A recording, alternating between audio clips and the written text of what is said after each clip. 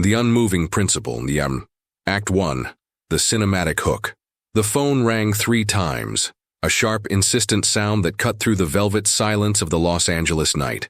It was 2:17 a.m. Attorney Malcolm Hess knew instantly it was trouble. Good news never called after midnight. He squinted at the screen. 301 area code. D.C. The number belonged to Senator Vance's chief of staff. Malcolm sat up, running a dry hand across his unshaven jaw. The smell of stale coffee and fear was already thick in his small Brentwood office. "Hess," he answered, his voice a low, strained rumble. On the other end, the voice of Eleanor Vance was stripped of its usual crisp, commanding register. It was thin, high-pitched, vibrating with barely contained panic. "Malcolm, listen to me closely," she hissed. "The incident, the one at the St. Regis Gala tonight, it's about to go nuclear. We need the narrative controlled. Now." Malcolm's breath caught. He had heard the rumors filter through the catering staff chat groups. A small, seemingly insignificant altercation that had occurred 3 hours earlier in the private parking structure beneath the grand ballroom. Something about a car. He gripped the receiver tight. He could hear the frantic clicking of a keyboard in the background, likely a dozen low-level staffers trying to scrub the internet clean of the ghost of a story they hadn't even named yet. "Which incident, Eleanor?" Malcolm asked, knowing exactly which one she meant. "The one involving the director?" Silence. A profound, expensive silence, broken only by Eleanor's ragged inhale. "He didn't move it, Malcolm. He didn't blink. He just—" Her voice cracked, tinged with a furious disbelief. "He called the city tow service. On me. At the senator's most critical fundraiser. The damage was not merely embarrassing. It was existential. It was a visible, undeniable slap in the face to one of the most powerful political machineries in the state, delivered by a man who specialized in quiet, artistic truth." Malcolm leaned back in his leather chair. The cold realization settled over him like a shroud. This was not a legal cleanup. This was a war. And the opening salvo had already been fired. He knew David Stone. Everyone in Hollywood knew David Stone. He was the quiet center around which the most spectacular storms revolved. And he had just delivered the perfect, dignified blow. "Tell me everything, Eleanor," Malcolm said, his voice calm, professional, and terrifyingly cold. "Start with the car. What kind was it?" The story, however, started months earlier, in the dusty, polarized heart of the American political landscape. Duiosris, Act 2. The context forgotten. David Stone, 55, directed films the way a watchmaker crafted gears, precise, meticulous, and with an obsessive commitment to the internal mechanisms of human failure. He was the antithesis of the Hollywood machine that funded him. He wore bespoke suits that were 3 years out of style. He drove the same 1970 Mercedes 280 SL he'd owned since film school, a car he maintained himself, its engine block smelling faintly of oil and determination. Stone was a cultural institution, but not a celebrity. He avoided talk shows. His political donations were quiet, channeled through obscure environmental nonprofits. He was defined by his refusal to play the game. This refusal, ironically, made him a powerful asset. When Stone spoke, people listened because he spoke so rarely. Lately, though, the silence had become harder to maintain. His latest film, The Unspoken Oath, was a searing, slow-burn investigation into corporate corruption and political lobbying, a subject dangerously close to the very people funding the major political campaigns. The film was a critical success, generating massive cultural heat, and that heat was starting to scorch Eleanor Vance. Eleanor Vance was 42, sharp, and flawlessly tailored in a way that screamed influence. She wasn't an elected official, but as chief of staff to the powerful Senate finance chairman, she held the keys to the kingdom. Eleanor lived by the rules of proximity power. Success was measured by access, exclusivity, and the visible deference of subordinates. Eleanor was a political animal raised in the Washington Zoo. Her father had been an ambassador. Her wedding had been featured in Vogue. She believed deep in her marrow that the world operated on a vertical hierarchy, and that she was always, undeniably, at the top.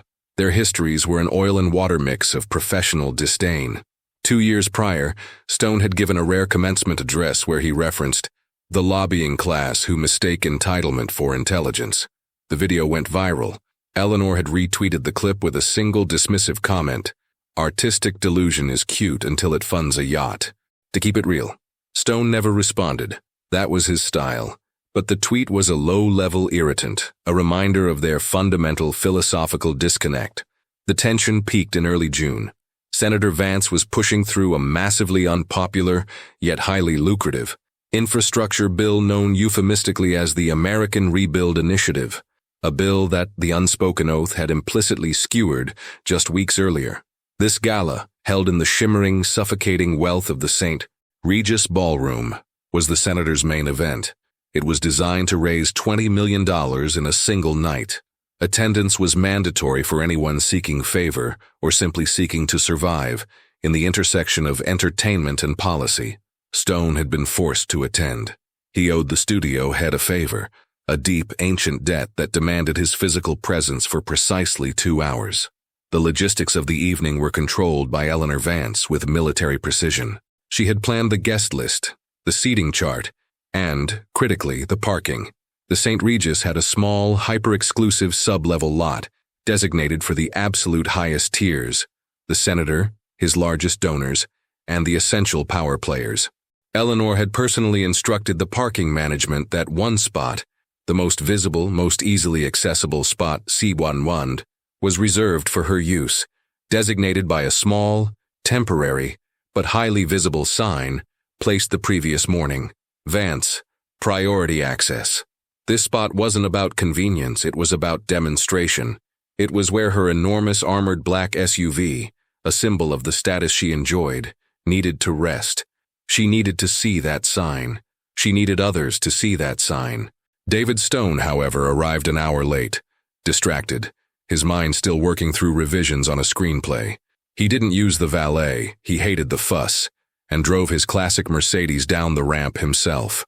The lot was chaotic, attendants running frantically to manage the flow of Bentleys and Ferraris. Spot C1 was open. It was large and perfectly positioned. Stone saw the small sign. Vance, priority access.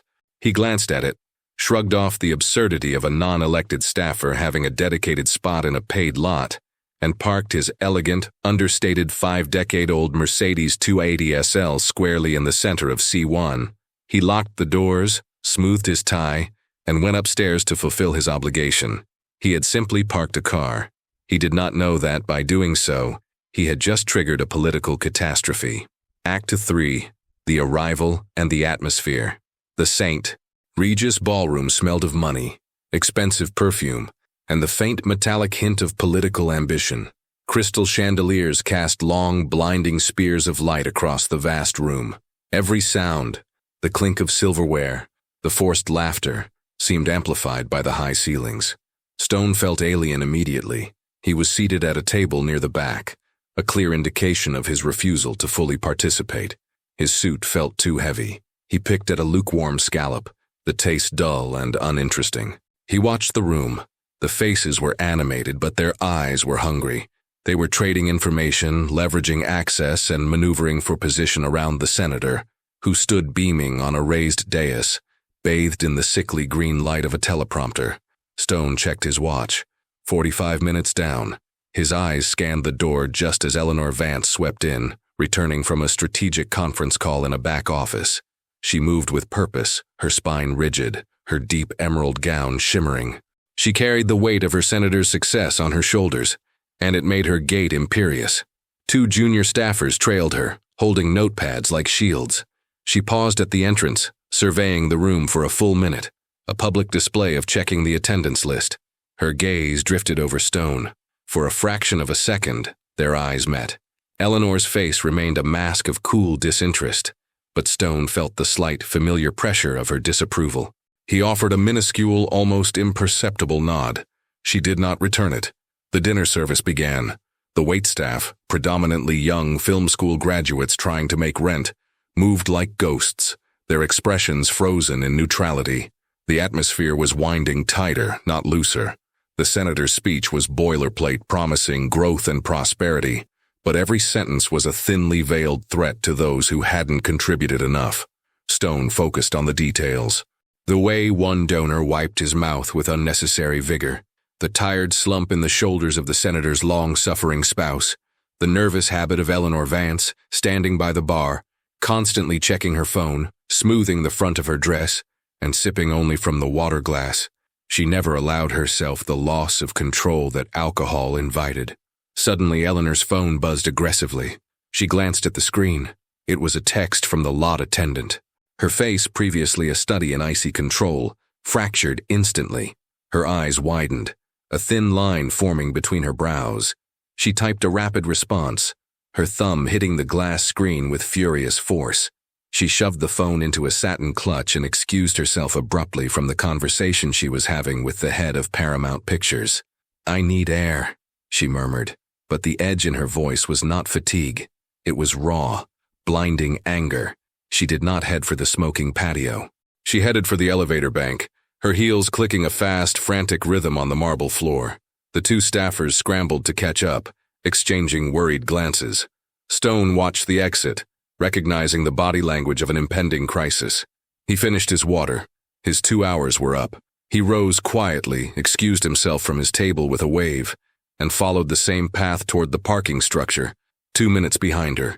He was tired of the noise. He just wanted his car. WRC Act 4. The incident. The Verada. The parking sub-level was a cavern of concrete and exhaust fumes, lit by sickly yellow sodium lamps. It smelled strongly of dust and damp cement. The noise of the gala was muffled here, replaced by the deep resonant echoes of closing car doors. Eleanor Vance stood before spot C1. Her hands were on her hips, her posture stiff with outrage. There, nestled perfectly in the center of the oversized spot, sat David Stone's vintage silver Mercedes. It was spotless, preserved, and utterly out of place amongst the anonymous black-armored SUVs surrounding it. The parking attendant, a terrified young man named Luis, stood trembling several feet away. "You told me, Vance. Priority access was reserved," Eleanor said, her voice low, dangerous, and cutting through the dead air. "Yes, Ms. Vance, but the sign is temporary. And the director, Mr. Stone, he said he didn't see a dedicated plate number. He said it was an open space." Luis stammered, wringing his hands. "An open space?" Eleanor scoffed. She approached the Mercedes, running a manicured finger along the dusty hood of the classic car. "This is a statement. He knows exactly what he's doing. This man is a professional irritant." Stone rounded the corner. He stopped maybe 15 feet away, key fob in hand. He saw the tableau instantly. Eleanor, radiating fury, the terrified attendant, and his 280 SL, stubbornly occupying her preferred slice of concrete. "Good evening, Ms. Vance," Stone said, his voice level and entirely without inflection. He didn't offer a smile. Eleanor spun around, her eyes blazing. The confrontation she had rehearsed in her mind, a stern phone call, a threat relayed through an assistant, was now forced into the arena of direct, unscripted combat. "Director Stone, I should have known this was your childish attempt at disruption," she spat. "You parked your relic directly in my reserved spot. The nerve of you." Stone took a slow, deliberate step forward. He did not raise his voice. He did not engage with the insults. "Good evening, Eleanor. If this spot were officially reserved, it would have a permanent designation and plate number, according to the contract the St. Regis holds with the city. It is currently a generic VIP space," Stone said. He held up his parking ticket. "I paid for access to the VIP level. I parked in a currently available space." "Don't lecture me on contract law, David," she sneered, using his first name with dismissive familiarity. "This is a courtesy space. It is for the Chief of Staff of the Senate Finance Chairman, who is hosting this event. It is a matter of respect, a matter of decorum." Stone paused. He placed his keys back in his pocket, folding his arms across his chest. He looked past her, toward the terrified attendant, and offered a soft, reassuring nod, acknowledging the poor man caught in the crossfire. "Respect is earned, Eleanor, not parked," Stone countered. The air went dead silent. Eleanor's face flushed scarlet. That one simple sentence struck at the very heart of her entitlement, the assumption that her position alone commanded obedience. "Listen to me, Stone," she began, her voice dropping to a dangerous whisper, designed to terrify. "This is not a scene from one of your high-minded films. This is the real world. You are obstructing the movement of a member of the Senate's critical staff during a vital fundraising night. Move. Your car, now, or I will have it towed to the curb. She thought the threat would shatter his composure. She expected the typical Hollywood reaction, frantic apology, immediate compliance, followed by a meek retreat. She was used to people crumbling when the power structure was invoked. Stone met her gaze. His eyes were tired, perhaps, but unwavering. He looked at her not with anger, but with a profound, almost anthropological curiosity. "You will not have it towed to the curb, Eleanor," Stone corrected her, his voice still quiet, patient, almost pedagogical. "You are not the parking authority, you are a guest like me, and if you attempt to use unauthorized personnel to touch my vehicle, that would be illegal vandalism and a highly public incident." He slowly pulled his phone out of his pocket. He did not look at her again. He looked at the parking sign. He noted the lot number and the location code printed in tiny font on the lower right corner. Eleanor watched him, confused by his lack of urgency. "What are you doing?" "I am calling the Los Angeles Parking Enforcement Department. Non-emergency line," Stone stated, his finger dialing the numbers precisely. "I am notifying them that a private individual, claiming political authority, is attempting to coerce the movement of a legally parked vehicle and is threatening unauthorized towing." He held the phone to his ear. The silence between them was thick, electric. The only sound was the faint electronic chirp of the phone connecting. Eleanor's facade finally broke. The political operative vanished, replaced by a furious, spoiled child. "You absolute moron. You are calling the city over a parking spot? We are talking about millions of dollars in future legislation. You pretentious artist, move your damn car right now," she screamed.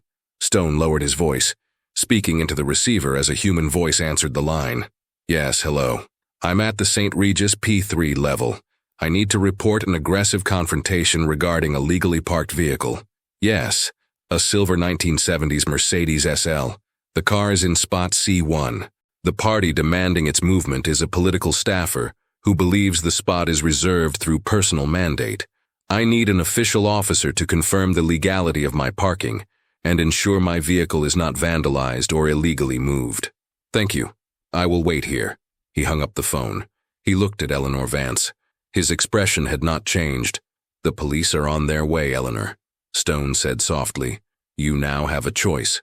You can return to the gala and proceed with your evening, or you can wait here and explain to an LAPD officer why you believe your political position grants you the right to commandeer private property in a public access lot." He leaned against the rear fender of his car, radiating the calm, unshakable dignity of a man who knew he was right and was willing to wait for the system to prove it. Eleanor Vance stood frozen, her chest heaving. She had gambled on his immediate retreat. She had gambled on the fear of embarrassment. She had lost. She was trapped in a concrete dungeon, face to face with a man whose greatest power was his refusal to compromise his principles, even for the smallest of things. She knew, with horrifying certainty, that if she stayed, the incident would be recorded, filed, and instantly leaked. If she left, she lost the battle for C1 and surrendered the visible status she had fought all night to project. She stood there for another minute, simmering in her own impotent rage. Finally, she turned sharply on her heel, her emerald dress trailing behind her like a poisonous banner. She didn't speak a single word. She stalked back toward the elevator, leaving the terrified attendant Luis alone with Stone. Stone waited 5 minutes. A young LAPD officer arrived, looked at the temporary sign, consulted his official records, and confirmed that Stone's vehicle was legally parked and the priority access sign held no legal weight. He filed a report. Stone signed the form. He thanked the officer. He finally got into his car, started the engine, the classic German motor turning over with a satisfying purr, and drove out of the lot, his mission complete. He had stood his ground. Durihur Act Fee, the repercussion. The story didn't leak. It exploded. Luis, the parking attendant, had spent the entire time with his phone recording the confrontation from his pocket, capturing the full exchange. The precise moment Eleanor shrieked, "You absolute moron!" and most damagingly, Stone's calm, precise delivery of the line. "Respect is earned, Eleanor, not parked." By 5 a.m., the footage was on TMZ. By 7 a.m., a perfectly edited 90-second clip titled "Parking Spot Power Play, Mogul Meltdown versus Moral Clarity" was topping YouTube's trending list. The media frenzy. The political establishment tried desperately to spin it. Senator Vance's team issued a statement at dawn. Vance press release headline, 7:30 a.m. EST. Minor misunderstanding solved amicably. Director Stone's attendance proves bipartisan support for initiative. But the footage was undeniable. The details. The contrast between the flashy Eleanor and Stone's classic vintage car painted a perfect picture of the David versus Goliath narrative. Fox News headline, Hollywood hypocrisy exposed. DC elites demand deference, get denied by director. They framed Stone as the anti-establishment hero. CNN headline, The cost of entitlement. Simple parking dispute exposes deep cracks in political power structure. They focused on the political symbolism. DMZ's report, Vance's chief of staff caught on camera losing it over a $20 spot. They focused purely on the drama. The social media. Eruption social media became a massive churning vortex of commentary. Stone's Law became a hashtag overnight. Never yield ground on principle. Tweets, X. Principal pundit. This is what happens when you treat status as currency. Stone wasn't fighting for a spot. He was fighting for the baseline rule of law. Respect is earned, not parked. Gary Stone's Law. Law Watcher, 23. Seriously, she lost millions in goodwill over a C1 spot? The entitlement is so thick you can smell the desperation. Team Stone all the way. Eleanor fan. This director is clearly a narcissist using an important political event to make a statement about his outdated car. He has no respect for the process. Shameful. Vintage car guy. The fact that he drives a 280 SL and keeps it spotless tells you everything you need to know about his character. Meticulous integrity. YouTube comments. Under the viral clip. User. Truth Teller 45. Look at her face when he calls the cops. She thought she was untouchable. Stone delivered a masterclass in quiet authority. User. DC intern. I work on the Hill. This is 100% accurate. They think they own the air. Stone calling the actual non-emergency line is the most gangster move I've ever seen. User. Car dude. If you threaten to illegally tow my classic Mercedes, I don't care if you're the Pope, I'm calling the police. Good for him. User. Voter fatigue. This is why we hate politics. They scream about respect, but mean obedience. The backstage fallout. The fallout for Eleanor Vance was immediate and brutal. Senator Vance, already under pressure due to the controversy surrounding the infrastructure bill, saw the incident as a self-inflicted wound, a visual confirmation of every stereotype about Washington arrogance. Malcolm Hess, the attorney, worked 36 hours straight, not to dispute the facts but to massage the optics. They tried to claim the video was deceptive, the dialogue was cut, but the recording was too clear, too concise. Vance pulled Eleanor off all public appearances. Her job, which was contingent on her ability to project unflappable, powerful competence, was suddenly untenable. The senator didn't fire her. That would draw more attention, but he slowly, methodically, began freezing her out of critical meetings. The power structure she had so jealously guarded was dissolving beneath her feet. Eleanor Vance, the chief of staff who lived for access, suddenly found her calls unanswered. Her dedicated parking spot at the Capitol was subtly downgraded from the executive annex to the standard employee garage. Her visible status, her currency, was wiped out by a vintage car and a principled man. For David Stone, the effect was the opposite. He had inadvertently become a folk hero for integrity. His film, The Unspoken Oath, saw an immediate surge in streaming rentals. His principles, which Hollywood usually viewed as quaint or difficult, were suddenly celebrated. He received hundreds of letters, not asking for autographs but thanking him for reminding them that sometimes, standing absolutely still when everyone expects you to move, is the strongest action possible. Months passed. Eleanor Vance quietly resigned to spend more time with family, a euphemism that fooled no one. David Stone continued making films, still driving his spotless silver 280 SL, now carrying a new, almost mythical aura of quiet resistance. The incident was small, a parking dispute, but the reverberations shook the foundations of power, proving that dignity, when held firmly, can outweigh the greatest political force. The entire conflict boiled down to one simple, unyielding fact. The law applied to everyone, regardless of who your senator was. Act 6. The lesson final. The true lesson of the St. Regis incident was not about parking, or cars, or even political maneuvering. It was about the exhaustion that comes from perpetually performing superiority. Eleanor Vance lived every moment demanding reverence for the idea of her position, mistaking the deference of underlings for genuine respect. That night, she was tired, stressed, and believed she deserved C1 simply because she existed in a position of authority. David Stone was tired too, but his exhaustion stemmed from the demands of his own integrity. When he faced Eleanor, he wasn't trying to win an argument. He was simply refusing to allow his rights to be trampled by an arbitrary, self-imposed rule. He understood that principles are not something you compromise when it's inconvenient. They are the fixed points around which your life rotates. He didn't need to shout. He didn't need to insult. He just needed to call the non-emergency line and state the facts. The bureaucracy, cold and impartial, did the rest of the work. The system, when correctly engaged, protected the law-abiding man in the vintage car against the entitled power player in the designer dress. Stone proved that the rules matter more than the rank. The world needs more people who refuse to yield their ground when they are right, who meet arrogance with quiet, documented fact, and who understand that true authority is internal, not external. The world needs more people like this. Share if you agree.